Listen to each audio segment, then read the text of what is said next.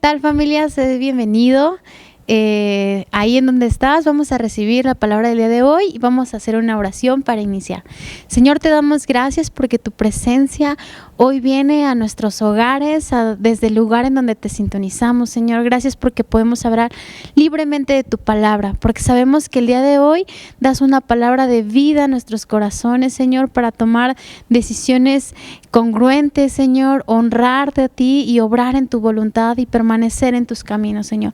Permite que el día de hoy esa palabra, Señor, penetre hasta lo más interior de nuestros corazones, que se quede ahí y que podamos llevarla a la acción, Señor. Te damos gracias en el nombre de tu amado Hijo Cristo Jesús. Amén.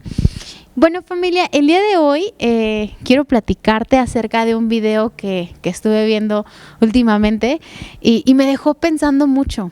Decía, no hay peor persona que una que hace small talks contigo cuando te debe una disculpa.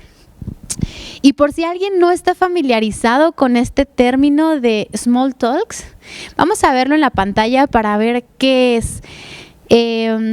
Dice, small talk es una conversación ligera y trivial utilizada para romper el hielo, socializar o establecer contacto inicial, frecuentemente sobre temas seguros como el clima, planes de fin de semana o el entorno, ¿no? Entonces es como prácticamente cuando una persona te habla de cualquier cosa, menos de lo que realmente pasó, ¿no? Y cuando yo pensé en esto, dije, familia, es verdad. Muchos de nosotros hacemos esto, ¿no?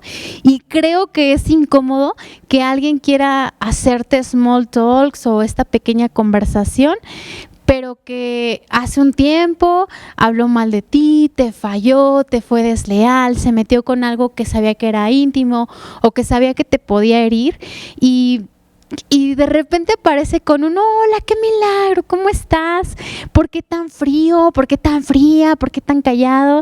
Y uno por dentro pensando, ¿en serio no vamos a hablar de lo que pasó? ¿No? Es como si intentaran ponerle un curita a esa herida que ni siquiera ha sido limpiada, ¿no? Y hoy quiero que reflexionemos juntos acerca de esto.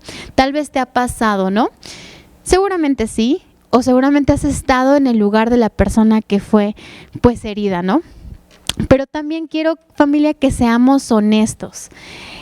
Yo creo que en algún momento, al menos yo, familia, he estado también en el lugar de la otra persona, de esa persona que sabe que hizo algo, que sabe que debe una disculpa, pero que muchas veces no nos hacemos responsables de los que rompimos, porque a veces el orgullo llega a pesar y porque también es difícil para el ser humano admitir cuando falla, ¿no? Entonces, la verdad es que a veces en lugar de enfrentar esa conversación incómoda, pues ¿qué hacemos? Cambiamos el tema, hacemos un chiste, mandamos un meme, saludamos como si todo estuviera normal, ¿no? Y este es el punto central de lo que quiero que juntos analicemos el día de hoy. El mundo busca una reconciliación sin un arrepentimiento, pero hoy quiero que hablemos acerca de esto, de cómo a veces hablamos sin pedir perdón, ¿no? De cómo queremos restaurar nuestras relaciones sin reconocer el daño que hicimos y queremos pues hasta paz, pero sin un proceso, ¿no? Y eso, familia, pues déjame decirte que no funciona así. Porque el Evangelio nos enseña algo que es completamente diferente. Nos enseña que no puede haber una reconciliación sin un verdadero arrepentimiento. Lo dice la Biblia de una manera muy clara y amorosa en el libro de Proverbios, por ejemplo, en el capítulo 28, en el versículo 13, que dice lo siguiente: el que encubre sus pecados no prosperará, mas el que los confiesa se apartará y alcanzará la misericordia, ¿no? No, aquí no dice que el que ignora lo que hizo prosperará, no dice que el que cambia de tema va a prosperar, no dice que el que actúa como si nada alcanzará la paz, ¿verdad, familia? Dice el que encubre no prosperará. Entonces, encubrir no siempre es mentir. A veces encubrir también es ese small talk, esa conversación ligera que que es por encima, es sonreír cuando se necesita una conversación, afrontar responsabilidad. Y sabes, quiero decirte que también dice algo muy bonito aquí. Te dice que el que confiesa y se aparta alcanzará la misericordia. No dice que hay humillación, no te dice que va a haber rechazo, te dice que va a haber misericordia. Y aquí es donde cambia la conversación completamente, porque mientras el mundo allá afuera nos está enseñando a mantener nuestra imagen en paz, o a limpiarla, a protegerla, o a proteger incluso nuestro ego, Dios nos invita a sanar nuestras relaciones. ¿Sabes? Mientras el mundo nos dice, ay, ve y haz como si nada pasó, Dios te dice, tráelo a la luz y encontrarás gracia. Así que hoy yo no quiero señalar a nadie, yo no quiero juzgar, pero quiero que juntos reflexionemos acerca de esto. ¿Qué relaciones estamos intentando mantener con un hola o con ese small talks, ¿no? Cuando en realidad debemos un perdón. ¿Qué conversaciones estamos evitando? ¿Y qué podría pasar si en lugar de encubrir, las confesamos? Entonces hoy vamos a platicar acerca del perdón, del arrepentimiento y reconciliación desde lo que vivimos todos los días. Y vamos a empezar con pues el problema central, ¿no? Que es la cultura de evitar la responsabilidad. Familia, seamos muy honestos. Esto que acabo de describir hace un momento no es algo aislado, no es una experiencia personal, es una cultura, es parte de la cultura en la que hoy estamos metidos. Vivimos en esa generación donde minimizar el daño se ha vuelto algo automático, ¿no? Decimos cosas como, ay, bueno, no fue para tanto, ay, estás exagerando, supéralo, ay, yo soy así, y otras cuantas frases más, ¿no? Y sin darnos cuenta empezamos a normalizar actitudes que lastiman a las personas y empezamos a justificar nuestro mal comportamiento con, es que yo reaccioné así porque tú me provocaste, o yo estaba pasando por un mal momento, ¿sabes? Es que así es mi carácter, y muchas otras frases, ¿no? Y hay algo que yo creo que es de preocuparse. Es que muchas veces terminamos a veces culpando a la persona que está lastimada, que está herida, ¿no? Y en lugar de decirle perdón por lo que te hice, decimos, ay, ¿por qué eres tan sensible? O en lugar de asumir nuestra responsabilidad, pues cuestionamos al otro, ¿no?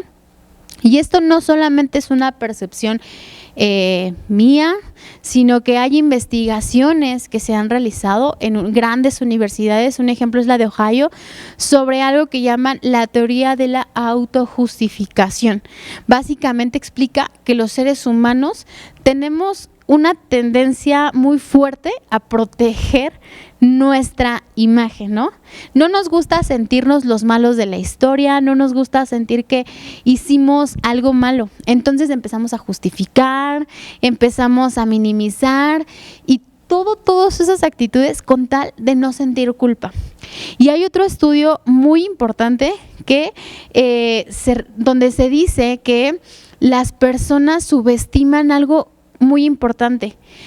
Piensan que los heridos no valoran las disculpas, pero porque piensan que pueden debilitar a uno, porque piensan que va a haber rechazo, que va a haber humillación, pero en realidad muchas veces, este estudio dice que muchas veces es exactamente lo que la otra persona estaba esperando para sanar. ¿Sabes? Yo creo que si queremos evitar muchas veces una disculpa, y en realidad es lo que la otra persona necesita para cerrar ese ciclo. Y quiero que vayamos a algo más profundo, más a analizar. Esto no solamente es un problema social, sino es una tendencia de comportamiento que vemos hoy en día, y es un problema espiritual que muchas veces nace del orgullo.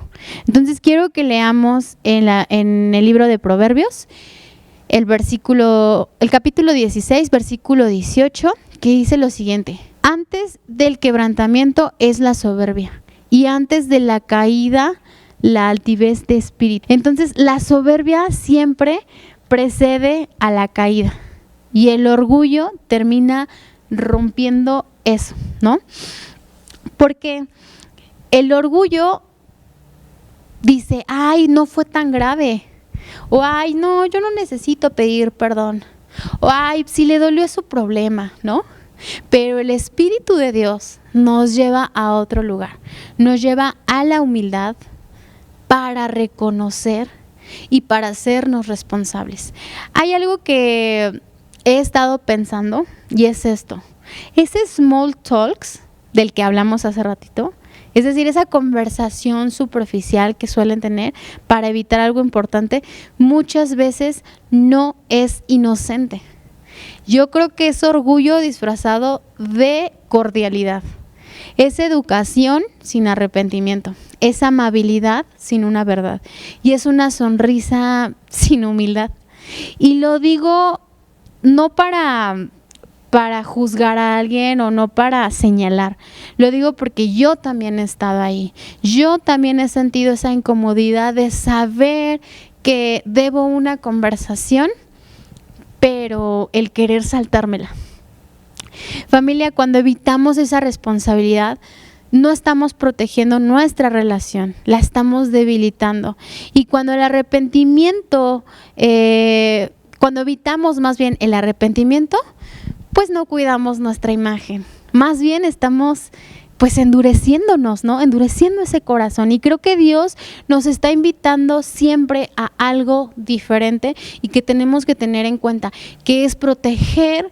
No es más bien a proteger nuestro ego, no es más bien a proteger nuestra imagen, sino proteger nuestras relaciones con familia, con nuestra pareja, con nuestros amigos, con nuestros hermanos, ¿no?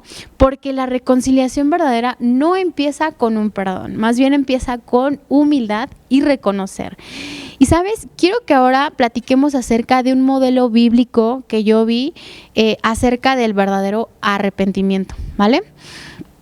Porque hasta ahorita pues ya hemos visto lo que pasa en la cultura, lo que pasa en nuestros días, ¿no? Pero ahora quiero que miremos cómo se ve el arrepentimiento cuando es real, ¿no? Y cuando pues obviamente no es solamente ese small talks, cuando no es superficial. Y para eso quiero que pues analicemos juntos acerca de esta historia que yo la analizo a profundidad, que es la historia de David, ¿no?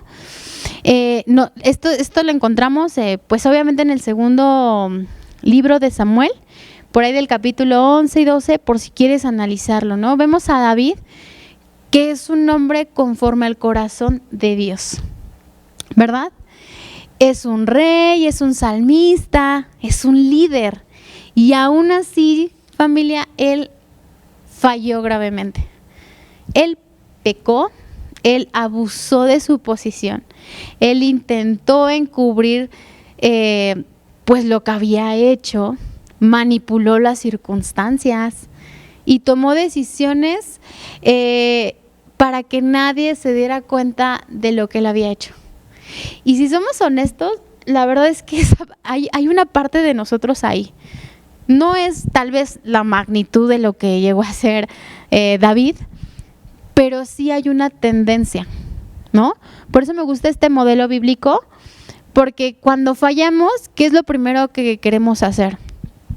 Muchas veces lo que queremos es encubrirlo, queremos disimular, ¿verdad? Es que queremos controlar la narrativa de lo que pasó. Pero aquí hay algo muy padre con David, porque el profeta Natán lo confronta. Y viene algo que yo creo que es clave para mí y para todos nosotros, porque cuando Natán le muestra su pecado a David, David no cambia el tema, ¿no? David no se empieza a justificar y no dice, ay, bueno, pero también ella, ¿no? Y no dice como de, ay, pero es que yo estaba muy solo, me sentía mal. Tampoco dice, ay, tranquilo, no es para tanto. David responde con una frase corta y poderosa que podemos encontrar en 2 de Samuel, que está en el capítulo 12, versículo 13. Y dice lo siguiente, es muy interesante cómo es la respuesta de David.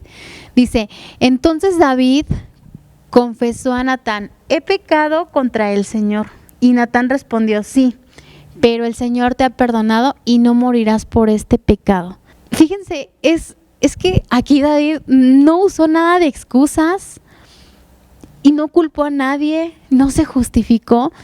Y después de ese momento, David escribe el Salmo 51, ¿verdad? Y cuando se lee este salmo, familia, de verdad, uno encuentra compasión, uno encuentra quebrantamiento, no encuentra orgullo. Y hay versículos dentro de este Salmo 51, y hay uno exclusivamente que me gusta, que está en el capítulo 51, en el versículo 10. Crea en mí, oh Dios, un corazón limpio y renueva un espíritu fiel dentro de mí. Y familia, esto es arrepentimiento, ¿sabes? Es una plática genuina de David con el Señor. Y quiero que notemos esto, que es muy importante. El verdadero arrepentimiento no solamente es pedir perdón porque ya me descubrieron, sino que hay varias razones. Es reconocer un pecado sin estarlo adornando. Es sentir un dolor genuino por lo que yo hice. Es confesar claramente al pie de la letra en lo que yo fallé. Y es apartarme evidentemente de eso para ir al arrepentimiento, ¿no? Es una transformación. Y la Biblia explica esto en la segunda carta a los Corintios, que está en el capítulo 7, en el versículo 10. Me encanta relacionarlo porque dice: pues la clase de tristeza que Dios desea que suframos no nos aleja del pecado y trae como resultado salvación. No hay que lamentarse por esa clase de tristeza, pero la tristeza del mundo al cual le falta arrepentimiento resulta en muerte espiritual. Hay una tristeza que solamente es vergüenza porque me vieron, porque me cacharon, pero hay otra tristeza, familia, que nace cuando entiendes que lastimaste a alguien, cuando entiendes que fallaste y cuando sabes que tu acción te alejó del corazón de Dios. Esa tristeza no te destruye. Esa tristeza te salva, esa tristeza te limpia. Es algo que a mí me encanta pensar porque justamente relacionado con la historia de David, después llega el arrepentimiento. Hubo una restauración que tal vez no fue perfecta, pero fue muy real, familia. Y ahora quiero que veamos otra historia que también es parte de este modelo bíblico. Hablemos del hijo pródigo, ¿vale? Y para ello vamos a leer, bueno, tú en casa puedes leer Lucas ahí el capítulo 15, más o menos del versículo 11 al 24, narra la historia de un joven que se va, que malgasta todo, toma malas decisiones y termina vacío, ¿no?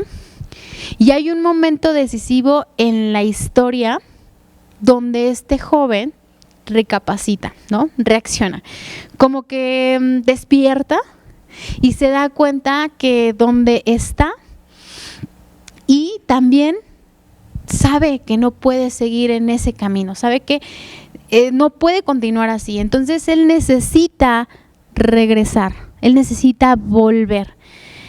Pero me encanta mucho porque él no regresó a casa, o él no regresa diciendo: hola papá, ¿qué hay de nuevo?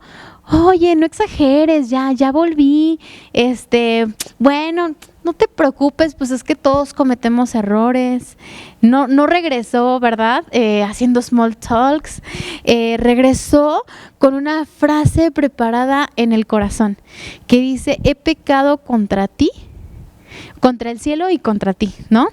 Y eso, familia, yo creo que es asumir una responsabilidad completa. Él no minimizó, él no culpó a la vida, no dijo: ay, estaba pasando por un momento muy difícil, no culpó ni siquiera a sus amigos. Más bien él reconoció, y después de esa confesión viene un abrazo, ¿no? La reconciliación vino después del reconocimiento, ¿no?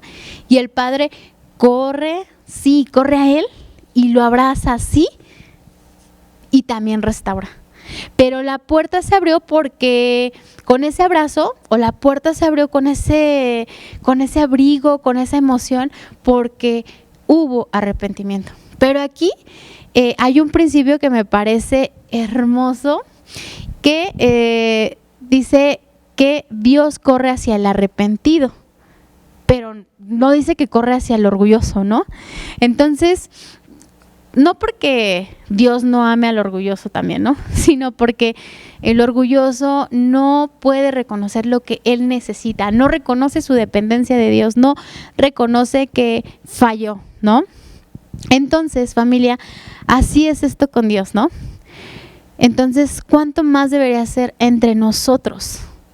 No podemos construir una reconciliación ignorando el daño, ¿ok? Y ahora quiero que platiquemos acerca del perdón, lo que sí y lo que no es, ¿ok? Familia, esto es indispensable, ¿no? Identificar, ¿no? Porque perdonar no es lo mismo que minimizar lo que pasó. Perdonar obviamente no es negar un daño, no es no me dolió cuando en realidad sí me dolió, no es fingir que nada ocurrió y definitivamente no es permitir que alguien siga lastimándonos sin límites. Entonces, perdonar no es cerrar los ojos ante la justicia, es decir, ok, voy a hacer, es decidir más bien qué voy a hacer con eso que se quedó en nosotros, ¿no? Porque cuando alguien nos hiere, de alguna forma se queda una sensación emocional de deuda, ¿no? Como que algo se perdió, algo nos afectó, algo se rompió y pensamos que hay una deuda, ¿no? Entonces debemos de ser conscientes en que no debemos de cobrarla con indiferencia, no debemos de cobrarla con venganza, no debemos de cobrarla pues o vengarme cada vez que yo pueda, ¿no? Entonces no voy a decir, voy a vivir como si nada, pero tampoco es vengarse, ¿no? O sea, es cobrarse esa deuda. Entonces quiero que leamos juntos Colosenses 3:13. Sean compasivos con las faltas de los demás y perdonen a todos el que los ofenda. Recuerden que el Señor los perdonó a ustedes, así que ustedes deben de perdonar a otros. Me encanta porque aquí dice, si nunca te falla, ¿no? Aquí dice que debemos aprender a perdonarnos, ¿no? Porque la comunidad, en familia, obviamente nos vamos a fallar, ¿verdad? Vamos a tener fallas, vamos a tener esas faltas, pero perdonar no es una debilidad, sino que es parte de la libertad, ¿no? Y también, pues, es una forma de sanar nuestro cuerpo, ¿no? Porque obviamente el rencor pesa, la amargura agota y la falta de perdón pues nos mantiene en una alerta constante que se puede generar ansiedad, ¿no?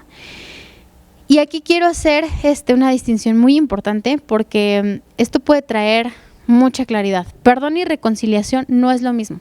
El perdón es algo unilateral. Yo puedo perdonar aunque la otra persona nunca me haya pedido perdón.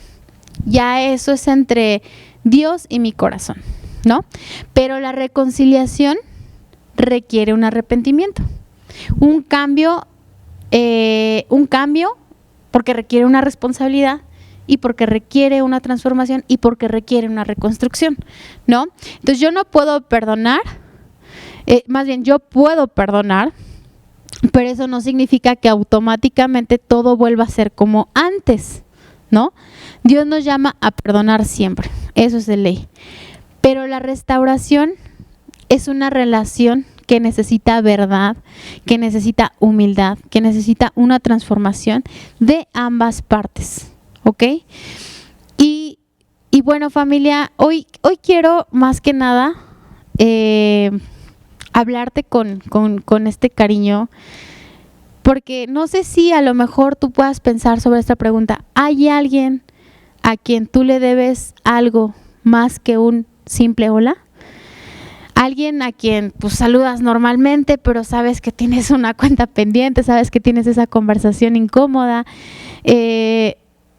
sabes que hay un daño no reconocido, sabes que hay un silencio incómodo que ya se volvió costumbre, sabes, una conversación que no se ha resolucionado.